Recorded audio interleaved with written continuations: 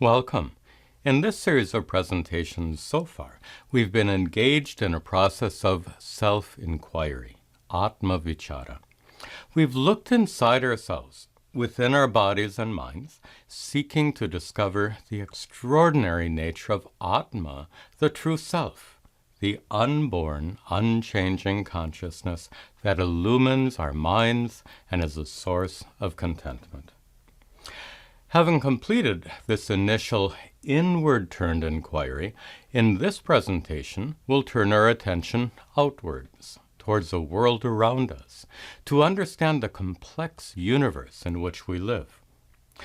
We'll follow the traditional teaching methodology of Vedanta to understand not only the world around us, but also the source or creator from which this world arose, as well as the nature of our relationship with both the world and with its creator. That's a lot to examine, so let's get started. You've probably looked up into the night sky and found yourself entranced by the vast expanse of space filled with planets, stars, and galaxies stretching out to inconceivably great distances. Perhaps you've also wondered, what is all this? Where did it come from? And how did I get here? These three questions form the basis for our present discussion. These same three questions were pondered by the ancient rishis, who engaged in a process of exploration that culminated in the profound discoveries we'll be considering shortly. First of all, let's take up the easiest of the three questions. What is all this? What is the nature of the universe, and what is it made of? From the standpoint of modern science, the universe is composed of matter and energy. Particles, like electrons and protons, combine to form 92 natural elements that are the building blocks for all that exists in the universe, including our own bodies. Of course, in ancient times, none of this was known. What the rishis understood was based on a pre-scientific worldview. Instead of matter and energy, they considered the universe to be based on three qualities, or gunas.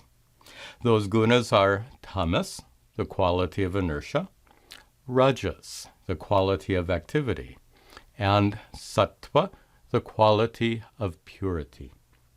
These three gunas are considered the fundamental constituents from which everything in the universe arises. For example, the physical elements, what we call matter, arise from the quality of tamas. But the ancients recognized only 5 elements: space, air, fire, water, and earth. Obviously, there are huge differences between the modern and ancient worldviews, but they agree on one important point. This universe is made of fundamental stuff. Whether we define that stuff as 3 gunas or as matter and energy doesn't really make any difference in this inquiry. Now, we can turn to the second question: where did all this come from?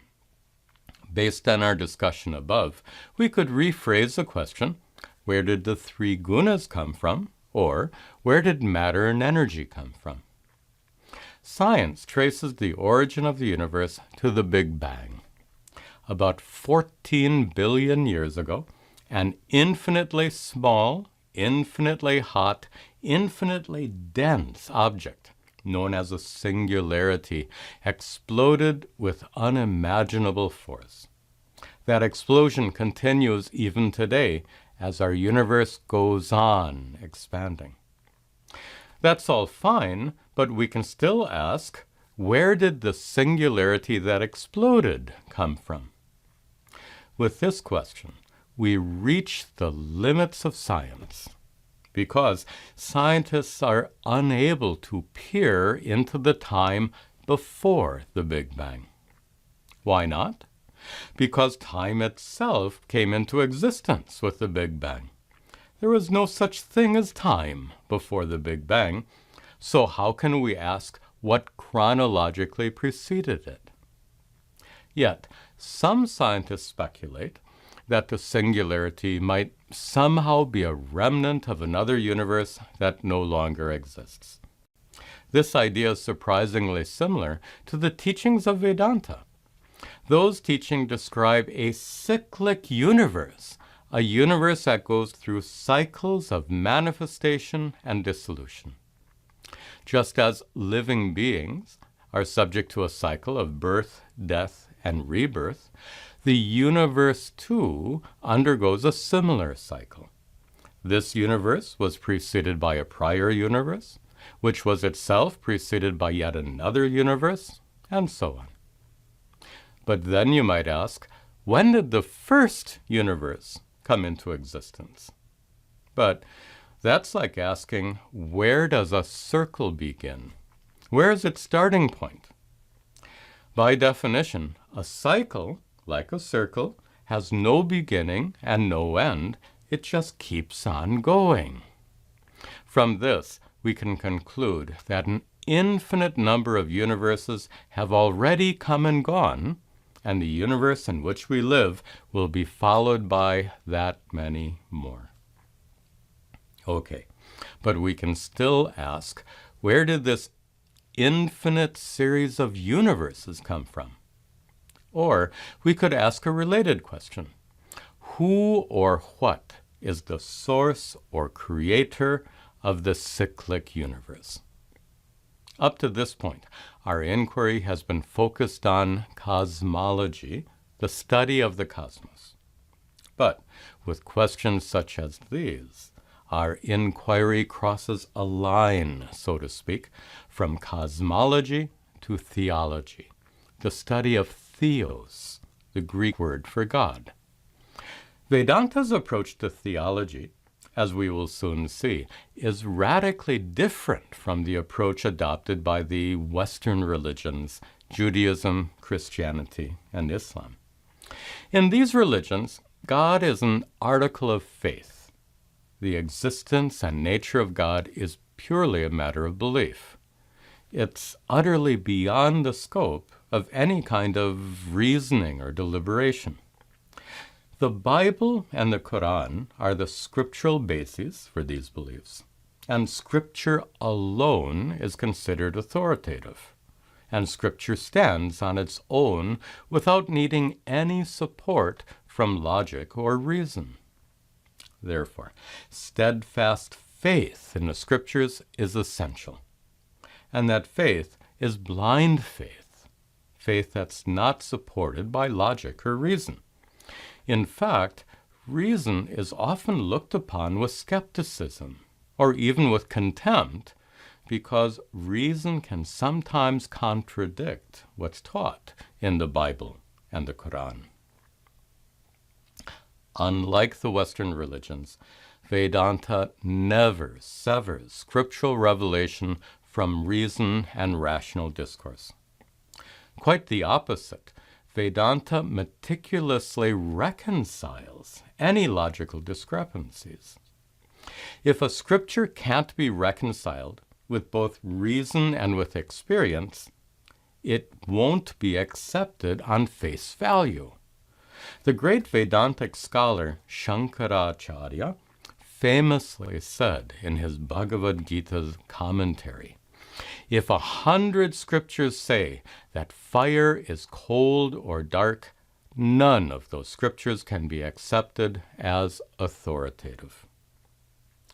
Now, to better understand the relationship between scripture and reason, we can reflect on a short passage from the Bhagavad Gita. A passage that says, Shraddhavan labhate jnanam. One who has shraddha, faith, labhate, gains, jnanam, knowledge. Based on this passage, faith itself is not the goal. It's just the beginning point of a process of inquiry that eventually culminates in the acquisition of knowledge. In this case, knowledge of the existence and nature of God. But how can faith lead to knowledge? Let's examine this. The Vedantic scriptures express discoveries made by the ancient rishis, and we use those scriptures to guide our own process of inquiry in which we seek to personally discover what those rishis discovered. But in order to use those scriptures effectively, we need to have faith or trust in the value and validity of those scriptures. On a vacation to Paris, you wouldn't use a guidebook for sightseeing unless you trusted its contents to be accurate. Trusting the guidebook, you'd use it to find your way around.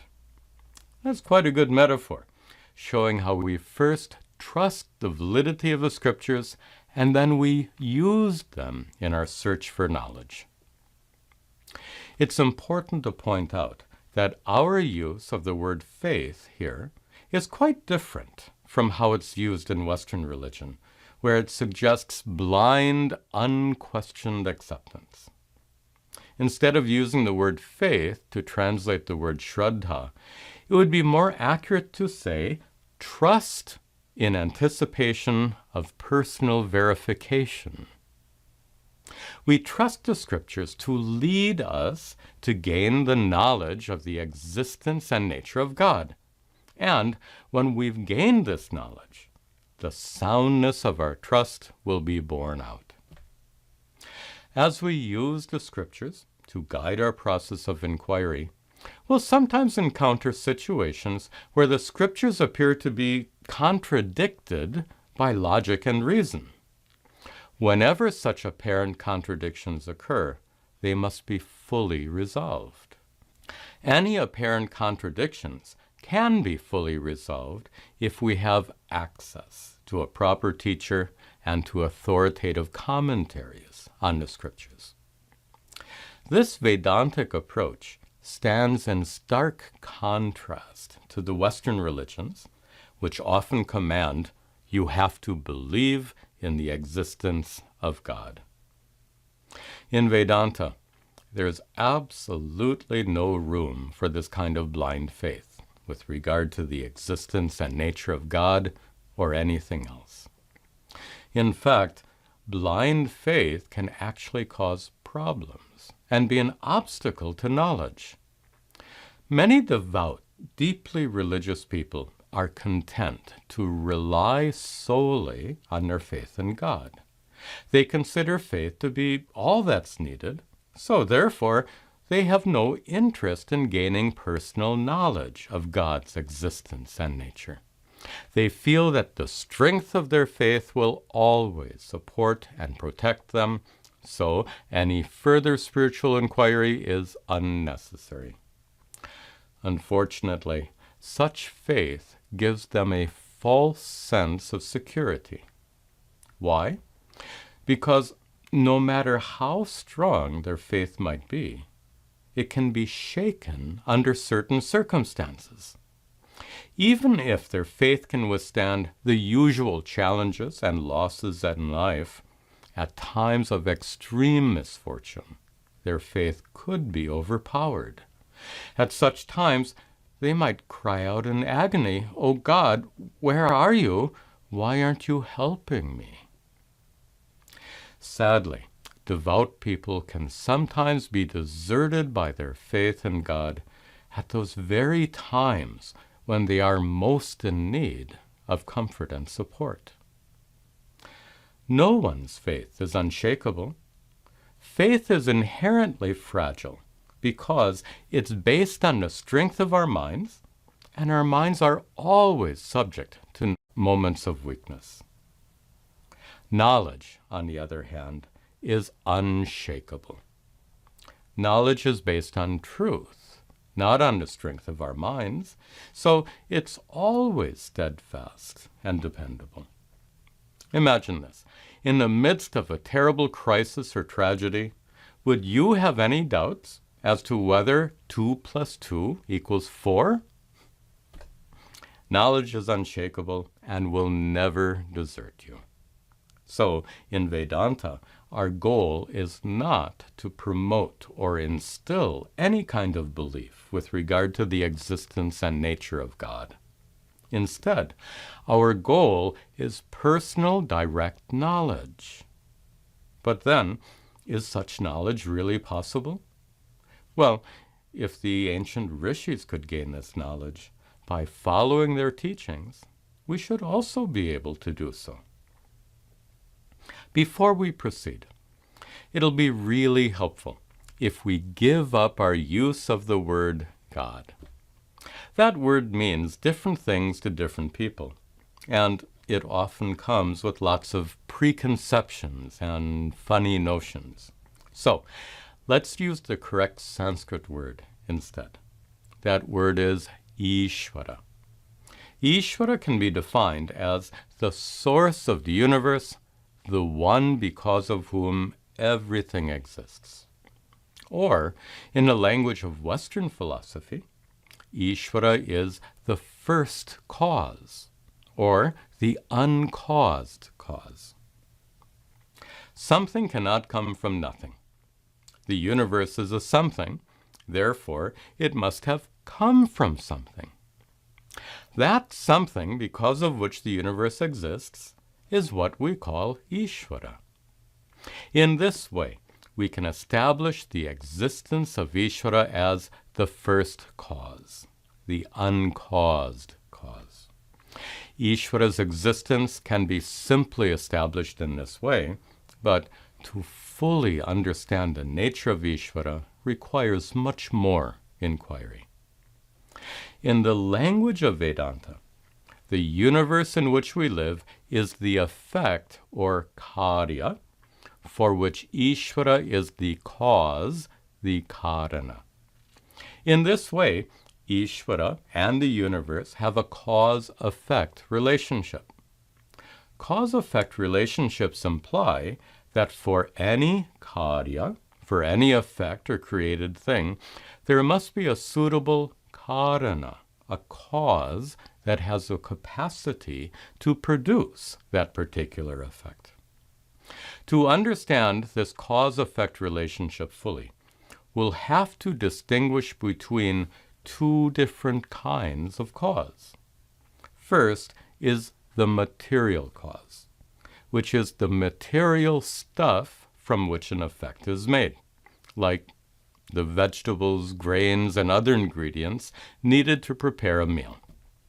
In Sanskrit, material cause is known as upadana karana.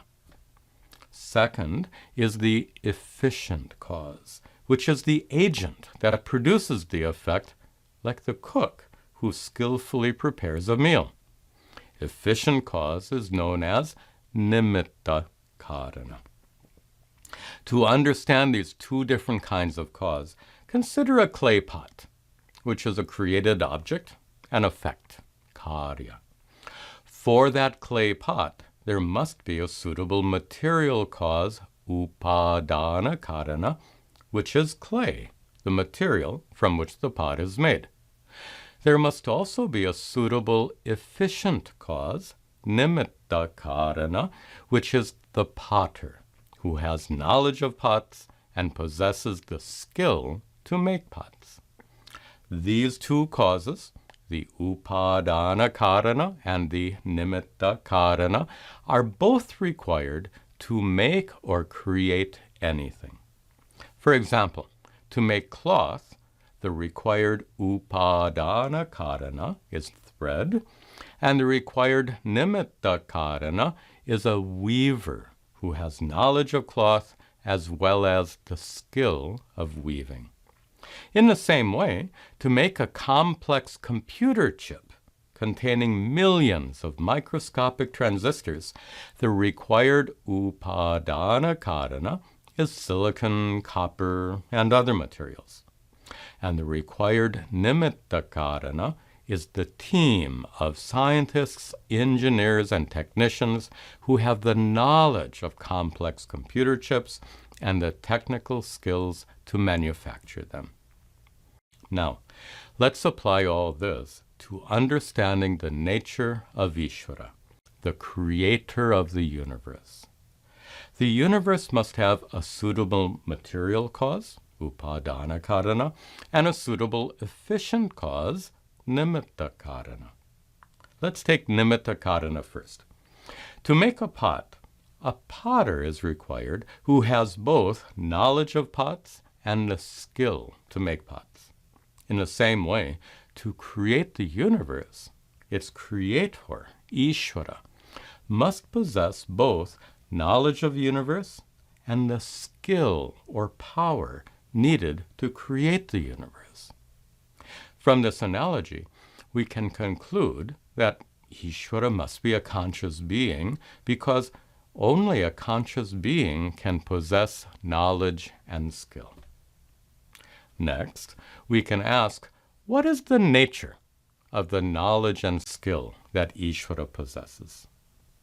Just as the potter has the particular skill of pot making, so too Ishvara has the particular skill or power needed to create the universe. That skill or power is properly known as Maya. The word Maya can be understood in several ways, but here, in this context, Maya means Ishvara's power of creation, Ishvara's creative capacity. So, in the act of creation, Ishvara is the agent who wields Maya, his power of creation, to bring the universe into existence. In addition to the skill of pot making, the potter also possesses knowledge of pots. In the same way, in addition to having the power of Maya, Ishvara also possesses all knowledge, knowledge of the entire universe.